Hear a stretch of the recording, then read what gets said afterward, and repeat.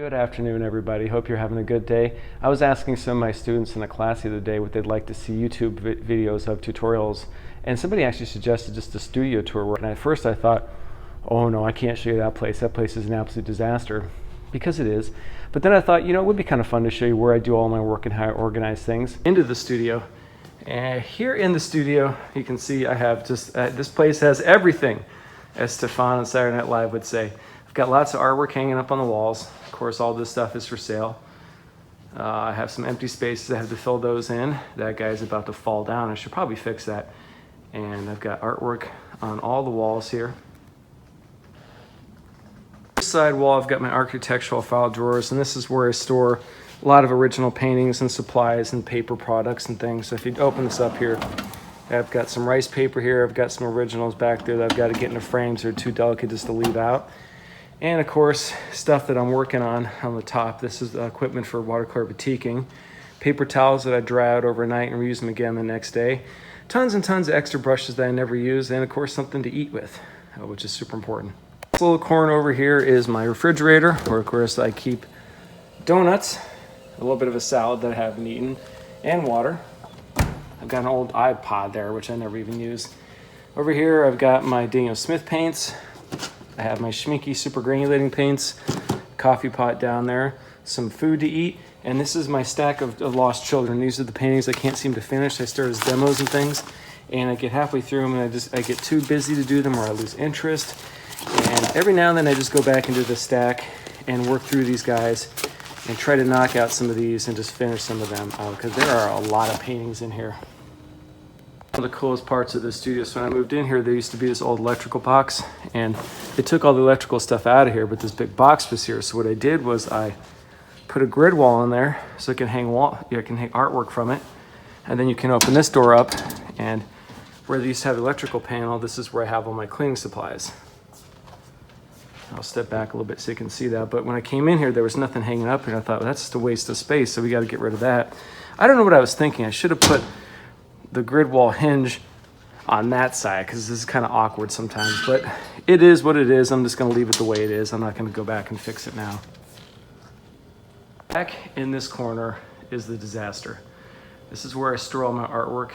I've got the top shelf, which has tons of packing supplies, foam core boxes for shipping. I've got some big paintings up there, some boards I can put the paintings on. And what I do with the paintings, try to do this and try to keep this consistent, is got everything in here with boxes so things don't get dinged up. On the boxes, on the outside, I put a little thumbnail, like a 1 inch by 1.5 inch thumbnail, and that tells me what's inside the box. So I don't have to open up every single box. I try to keep the thumbnails on all of them, but sometimes they fall off or I just forget to do it. And down here, all the bigger paintings, these guys do all have mostly thumbnails, so I know exactly what's in the box without having to pull it out. And back behind the big bin, just the disaster of all the frame paintings, I've got my mat cutter, which hangs up on this wall here, and I've got some metal clips on the side so it doesn't fall off, so it keeps it upright. So I want to grab the whole thing. I can get that down in just a couple of seconds. It's all assembled, and I can just put it on a table and start cutting mats very quickly. And these big rolls here, this is what I use for packing paintings in at art fairs. This is actually something you can find at Lowe's. It's sort of like insulation for housing, and it's great because you can make beautiful little wraps for paintings in them. So if somebody purchases a painting in an art show, they can walk off with it right away without having to worry about dinging up the corners. It just protects it really well. And then this hard plastic here is called HDPE plastic. What you can do is you can cut this down and you can ship flat paintings, and you can't puncture through this stuff no matter what you do. You'd have to shoot through it to get through it. And so what this does is this protects the paintings. I've never had a painting get damaged when I use this shipping stuff. All right, continuing on where we're getting over to this table. This table's just a bunch of random stuff. This is just a pile of something I'm working on. Not exactly sure what, and this is what my ex-wife used to always get upset about. She's like, what are these piles? And I'm like, well, I'm not done with that yet. I'll finish with that later. Those are actually photo transfer projects I was working on. When I do art fairs, I always have a bunch of cards that I sell, and I've got those all labeled too, so I know where things are. It's pretty easy to figure out where they go. Trash can, self-explanatory. I've got bigger paintings over here in this storage rack, so people can look through these guys and try to pick out some different stuff here. I have a bunch of stands for art fairs. This is all storage underneath here. It's lots of extra prints and things. a bicycle for when I feel like I feel guilty about not working out and I should go out on beautiful sunny days. I just leave that here sitting at me, taunting me the whole time. Over here, I have stacks of original paintings.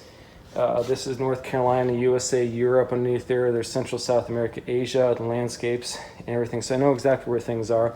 And right here, right now, I've been working on some really large batiks on Japanese rice paper. And I have to have a lot of space for these guys. So right now I'm working on, I drew out this big one of Helsinki, Finland. I managed to cut through the paper accidentally. Oops. So I have to have really big boards when I work on these big batik guys. So I'm working on that one. And I've got another one going of Tallinn, Estonia underneath here. These guys just take up a bunch of space because they're 24 by 38. Back to where I was just a second ago. Here's a light, so when I do videos and things, I can have a light that's pretty close to me. It plugs in over here. I have a photographic C-stand with a boom sticking out here with a bunch of clamps. I can hook up multiple cameras, do different lighting situations up above where I work at the table. Drawing supplies, more supplies, more supplies. And then over here is the work table. This is where I actually sit here and do most of my work. This palette is the exact same palette that's in my travel cart. And the colors are the exact same too, and I have the exact same brushes on this table. I used to spend a lot of time transferring things back and forth between teaching and working in the studio. Now when I come into the studio, I have the exact same thing ready to go. So all I have to do is just put water in the buckets. I can grab the painting, I can start painting right away, and I can leave all this stuff in my travel cart. And this is what I do when I teach, this is what I take with me. Paper towels and everything, but I have all the same stuff over here, so I don't have to switch back and forth. And then last but not least, I just gotta show you that there is a beanbag down here. And we're gonna walk over back here by the doorway here. And then in this tube, there's a yoga mat. So when I get tired at 3 o'clock, I can have naps. What I do is I just go back and I put the yoga mat right down there with the beanbag, and I take about a 15-minute power snooze until I catch myself snoring, and then I get back up again and work. And then I can go right back to the table, and I'm good to go. I'd like to thank you for watching the studio tour. I hope this kind of gives you some laughs. This is where I get my work done, and this works for me. I don't know if it would work for you guys or not, but this is an insight into my artist brain and how my work does get done and the processes and the places where I put all my stuff. Well, thanks for joining me. I appreciate it. If you got any comments, please post, and I'd love to hear from you. Thank you.